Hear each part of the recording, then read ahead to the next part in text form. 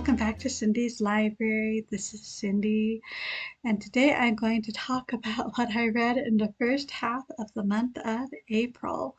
Sorry, it's a bit behind. The last couple of weeks have been pretty busy, but we are back now. So, let us begin. I read, and you may as well grab this one as well.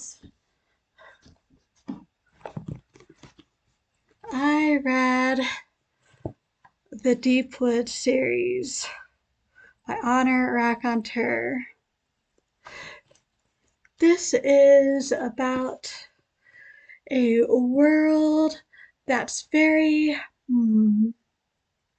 it's medieval, but the guilds and the city-states have the power. There are no nations. Nothing is big enough to be called a nation or anything like that. Hence why the guilds in particular hold a lot of sway.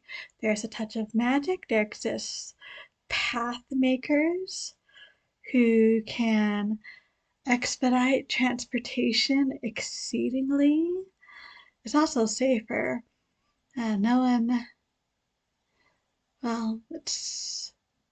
It's safer because once you are on the path, no one's going to be able to get you, basically. And so this is the story of the Deepwoods Guild. They are an escort guild, basically meaning they help transport things and people. They also do some trading, etc. They're a very small guild, but they have a path maker and are connected to a large guild, and for various reasons they end up getting involved in the politics of the world. So the main story is Deepwoods, then we have Blackstone, then we have Fallen Ward, with Deepwoods origins telling us the origin story in full of everyone, with the one or two exceptions of the people who, well, their stories are part of the main story. I also read Jioni novella, basically an epilogue to everything. It's just fun. I got sucked in. What can I say? Well, I will say I don't like the general treatment of women, but neither does most of our main characters either, for a good reason. So it's kind of the way you're supposed to feel about it. See, I also read Sarah, Plain and Tall by Patricia and MacLachlaw. You have Anna and Caleb and their father living, where is it? It is definitely on the prairie somewhere. Not a whole lot of close by neighbors. Sadly, Anna and Caleb's mother died. I think it's been several years. Father decides he needs a wife, the children need a mother, so he advertises for a wife. And Sarah, Plain and Tall from Maine, she responds and she actually comes. And this is just all of that, and Sarah learning about the prairie and her telling her new family about what it's like in Maine by the sea, which is what she is used to. It is a Newbery winner, and it's a slight story, but it's a good story, and I can see why it won. Let's see, I also read An Old-Fashioned Girl by Louisa May Alcott. This may be my favorite Louisa May Alcott. That is not Little Women. This is the story of Polly. For the first 7 chapters or so, details a visit of Polly to friends, not sure if they're related, in the city, a family, uh, there's a extremely busy and preoccupied father, um, a mother who is half invalid, half society lady, the grandmother, girl who I think is maybe a couple years older than Polly, and the one she's friends with, that's Fanny. Tom, the brother, he's roughly around the same age. And then there is little, let's see, Maud. That's right. She is the youngest, probably a good 5 years younger. Thing is, Polly, she comes from a less affluent background. These people she visits, they are the height of society, something Polly is not used to, and most of the people in their circle think she is an old-fashioned girl. Then we fast forward 5, 6 years, and Polly has come back to the city to teach music and try and be independent. And of course, she reconnects with these old friends, but it's very different since she's a working person now. There for their adventures. Very, very sweet.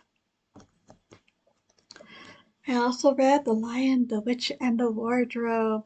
Perfect for Easter. A lot of people think of this as a Christmas story, and in some ways it is, but it's even more an Easter story.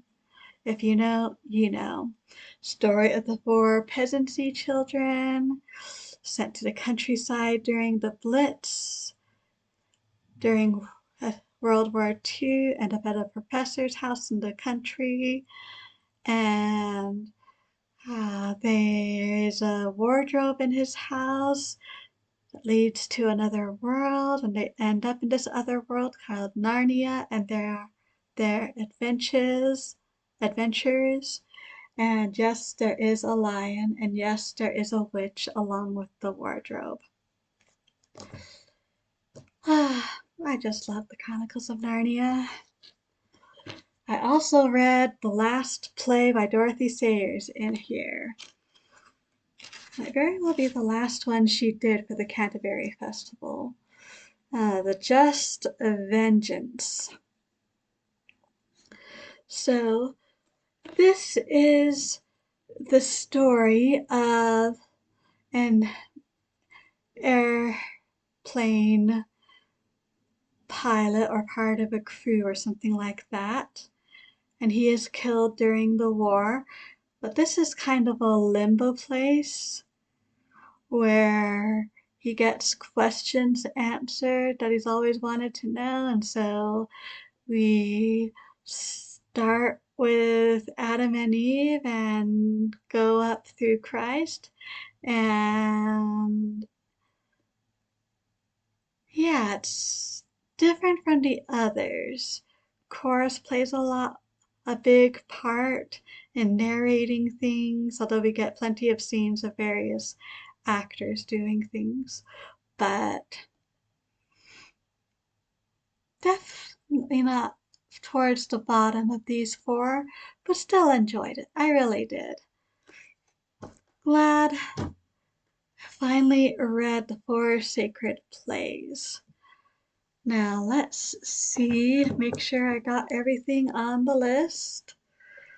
Yep, all of that. Oh, that's right.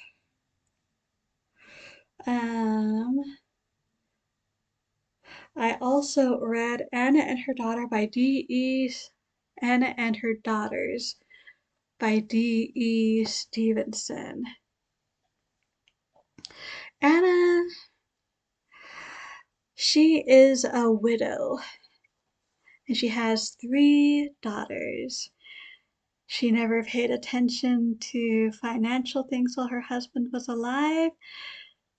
And turns out that while her husband had an excellent position, gave them an extremely comfortable and fashionable life in London, since he was a civil servant and had those kind of resources. With him gone, those resources are mostly dried up. So Anna and her daughters move to Anna's old hometown or the area around it. The cottage there, the oldest daughter in particular is not happy about this. The two younger daughters, especially the youngest, they are more okay. Meet people in the village, especially a certain young man. And it gets complicated. And complicated in a way that's not my favorite. So this was not my favorite D.E. Stevenson, I'm afraid. But can't say I'm sorry to have read it either, because D.E. Stevenson is always a pretty good time. So that is what I have read for the first half of April. How has your April been going? Love to hear all about it. Thank you so much for stopping by. Truly do appreciate it. So until next time, I hope we all stay safe and healthy. And as always, happy reading.